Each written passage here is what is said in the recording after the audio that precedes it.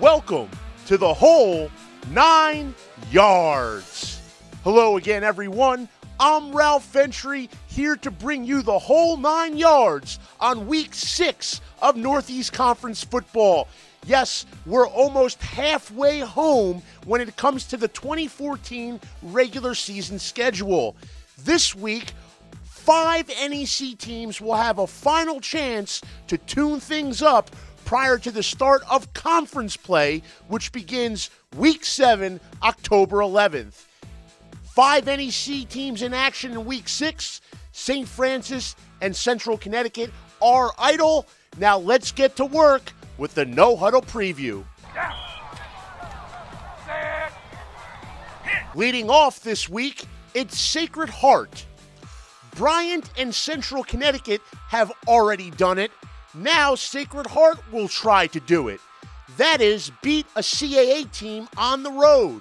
Sacred Heart, which is coming off a disappointing loss to Bucknell last week, will travel down to Delaware for what will be a battle of 2 3-1 teams. It'll be Sacred Heart's first ever matchup with a member of the Colonial Athletic Association. I think they're out for the challenge, and they better be ready to go, because going down to Delaware, first time on the road this year, we'll see what happens.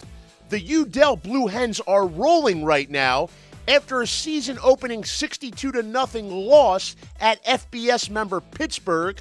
Delaware has won 3 in a row, knocking off James Madison, Del State, and Colgate. Delaware, however, hasn't been dominant, though. They haven't held an opponent under 300 yards of total offense yet this season. That's good news for SHU and its multifaceted attack. Kashada Spence, RJ Noel, and Sean Bell are 3 of the top 9 rushers on the Northeast Conference leaderboard. Noel, the sophomore quarterback, has also thrown 5 touchdown passes. The Pioneers, however, cannot afford to turn the ball over during their trip down at Delaware. One of the nation's best in turnover margin last year, Sacred Heart is actually at -2 thus far this season. They should have plenty of opportunities for takeaways this Saturday.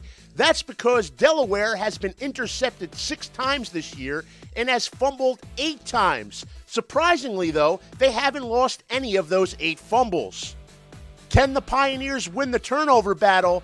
And even a bigger question, can they win the game and walk away with an upset over a CAA team on the road? Sacred Heart and Delaware, I think that is an upset waiting to happen there. Delaware better be on guard. Sacred Heart does have that veteran team. So we've given you the whole 9 yards on the Sacred Heart Delaware matchup. 4 more games to cover here in the No Huddle preview. Looking for its 4th win of the season, Bryant will be back home within the friendly confines of Bulldog Stadium.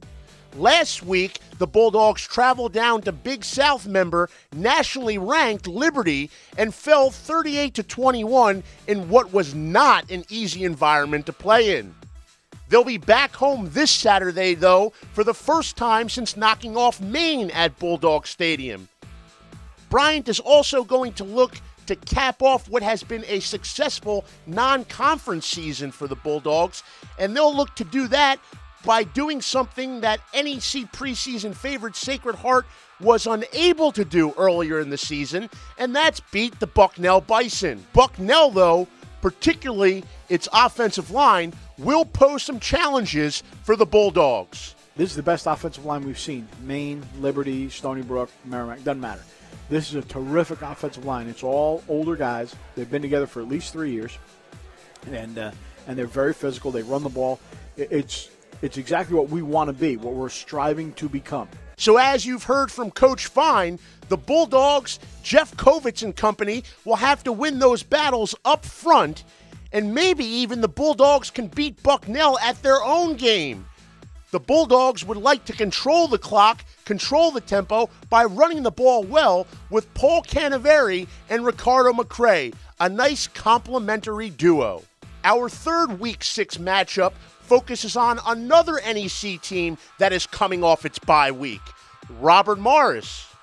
After its early season struggles and some banged up players in its backfield, The bye week appeared to come at an opportune time for the Colonials. Now, they'll be back home at Joe Walton Stadium looking to give first-year head coach John Banaszak his first career victory. They'll be facing an old friend as Big South member Monmouth comes to town. It'll be Monmouth's second trip to the Steel City this season. The Hawks, who used to play in the NEC, have already fallen at Duquesne, making things a little easier for the Robert Morris defense. Unlike Duquesne, Robert Morris will not have to worry about Monmouth's tailback, KB Asante, as he will be out.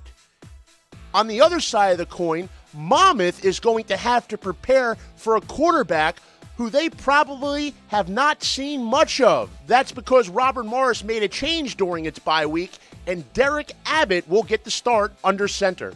We're 60% of the way through. 2 more games to go. Matchup number 4 takes us to Rooney Field out on the bluff in the Steel City. The Dukes will look to keep rolling along in what will be their final tune-up prior to the start of conference play. Searching for a 3rd win in a row and what would be an 8th straight home win, Duquesne welcomes Division II member West Liberty to town. Duquesne handled West Liberty last season in a game during which they scored three defensive touchdowns. The Dukes' lone offensive TD against West Liberty last year, well, that was a hookup between Dylan Beekle and Chris King. In 4 games this season, Beekle and King have connected on 5 scoring strikes. If West Liberty focuses on locking up King, though, then the Dukes have plenty of other weapons who can do some damage. We got a bunch of talented guys here that play receiver for us, and the fact that they all get along great and they seem to be best of friends since they've been on campus here. And anytime I get to spend with them, it's always a good time. And these guys like to have a good time. They're goofy at times, but know when to be serious. So it's definitely a good mix we got going on and off the field.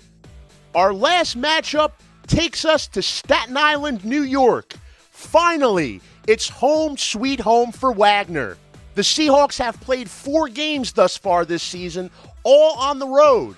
After a season-opening win at Georgetown, Wagner has fallen at FBS member Florida International, as well as dropping games at Monmouth and then last week at Lafayette. On October 4th, they'll get a chance to play on Hamline Field for the first time, and they'll look to snap that 3-game slide and tighten some things up before the start of conference play on October 11th. The Seahawks are welcoming in Division II member Alderson Brodus, a team they should be able to handle, but they will not take lightly. A closer look at the numbers tells us that the Seahawks have been one of the best at stopping the run this year in the NEC, but they have not had as much success running the football as they have had in years past. Wagner is only averaging 3 yards per carry this season, but the potential for more production is certainly there. And success in the run game can only open up things in the pass game for quarterback Brian Gehring. Gehring has 5 touchdown passes this year. All 5 have gone to different receivers.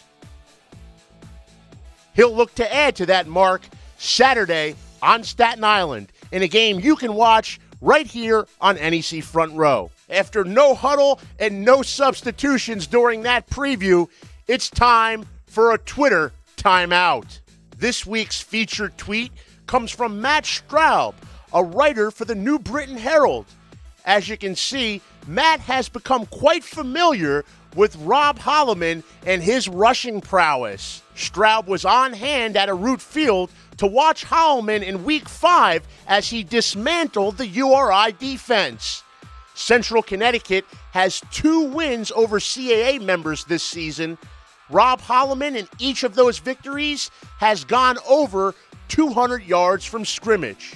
This past week, it was a career-high 236 rushing yards for the preseason All-American.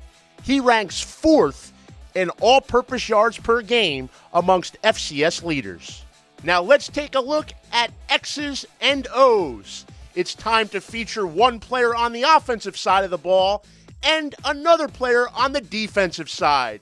First, we take a look at Sacred Heart wide receiver Tyler Doobie. Doobie, a Nutmeg State native, started out his Sacred Heart career on the scout team. Yes, the scout team. Last year, as a junior, he wound up on the All-NEC first team.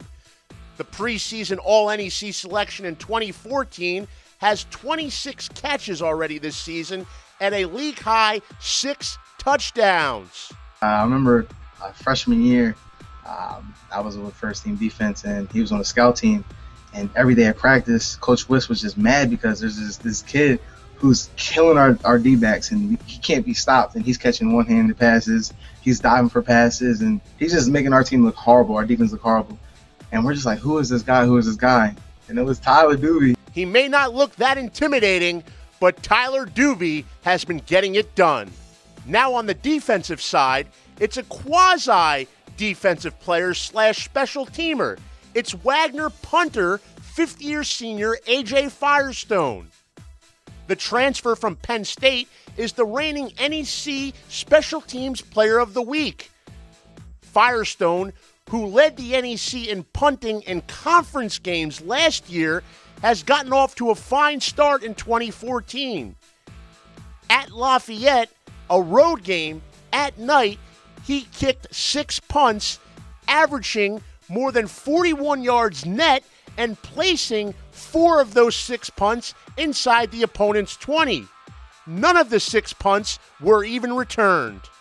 We'll see how Firestone does in his first home game this Saturday at Hamline Field. Not an easy place to kick when those winds get going on the waterfront. So there they are, the whole 9 yards on Week 6 in Northeast Conference football.